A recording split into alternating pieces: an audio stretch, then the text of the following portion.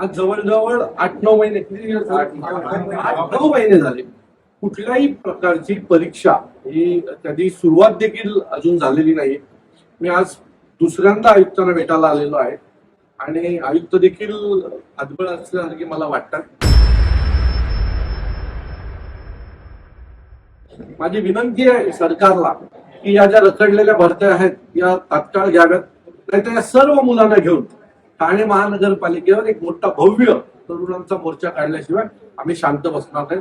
कृपया या सर्व मुलांच्या तुम्ही भावना समजून घ्या, यांच्या रागाचा अंत पाहू नका, एवढीच माझी सरकारला विनंती.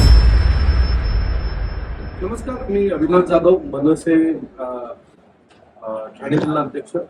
मी आज आहे ठाणे महानगरपालिकेमध्ये.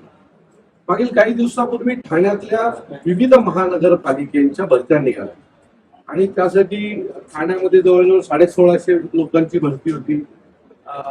मीरा भाईंदरला वेगळी भरती होती, कल्याण डोंबिवलीत वेगळी भरती होती. त्या सगळ्या परीक्षेसाठी महाराष्ट्रातल्या हजारो तरुणांनी फॉर्म भरले आणि हजार रुपये, कुठे 1,500, कुठे 2,000 जी काही फी होती ती भरून लाखो रुपये, करोडो रुपये महानगरपालिकेमध्ये जमा झाले.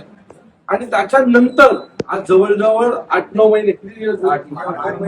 महिने झाले कुठल्याही प्रकारची परीक्षा ही कधी सुरुवात देखील अजून झालेली नाही.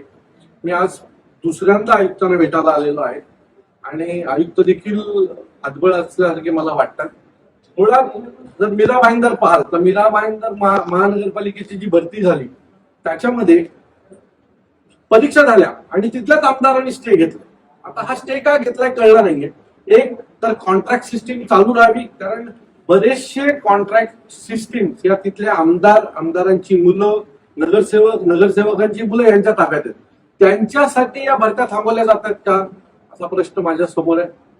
महाराष्ट्रातल्या लाखो तरुणांनी या नोकऱ्या मिळाव्यात यासाठी अपेक्षेने पाहत आहेत. माझी विनंती आहे सरकारला की या ज्या रखडलेल्या भरत्या आहेत या तात्काळ घ्याव्यात, नाहीतर या सर्व मुलांना घेऊन ठाणे महानगरपालिकेवर एक मोठा भव्य तरुणांचा मोर्चा काढल्याशिवाय आम्ही शांत बसणार नाही.